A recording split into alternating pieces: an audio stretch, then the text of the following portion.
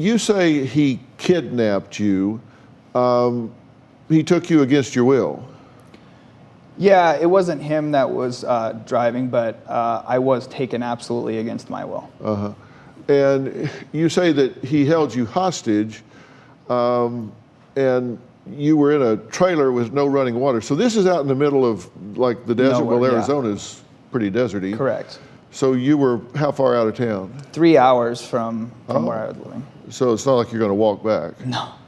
Okay. And so he shows us this picture saying that he finally got you calmed down. It looked like you were asleep.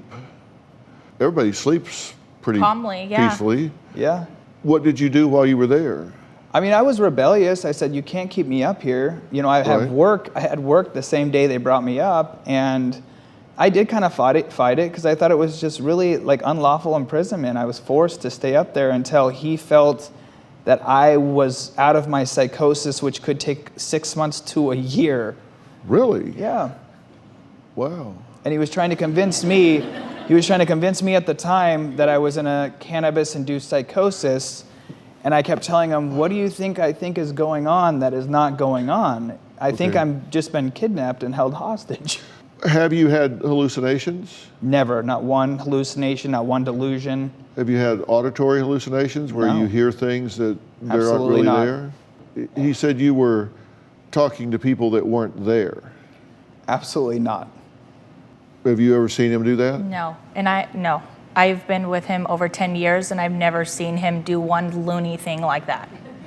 Did Peter let you speak to Jarrell? No, he prevented me talking to Jarrell, and it was always his terms when I could talk to him, or our children can talk to him, and he said that I would be a trigger into wanting to get him to come home. What precipitated this? 'Cause I just can't believe that your dad's just sitting at home in his lazy boy, watching TV, and says, I think I'll just go snatch my son, take him out in the desert. No, I think it was rumors. He heard rumors from others. Correct. That you were behaving inappropriately. Correct. But even that's a big leap to saying, I need to take him out of the game of life and into the desert for 6 months to a year. You're telling us.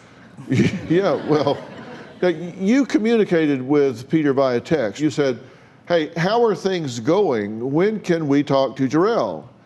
Peter said, in about 1 hour, I'll give you thumbs up emoji, going up and down, but overall good. You say, okay. And Peter says, Tricia, we just have to wait and see how he responds over time. It's too early to tell. And you said, okay, so no FaceTime with the kids today? Can you at least call me? I'm really struggling and worried over here. I know you have your hands full, so when you have a chance. Peter, if he falls asleep, I'll call then. How convenient if he falls asleep because he's wanting to keep Jarrell isolated from everybody else.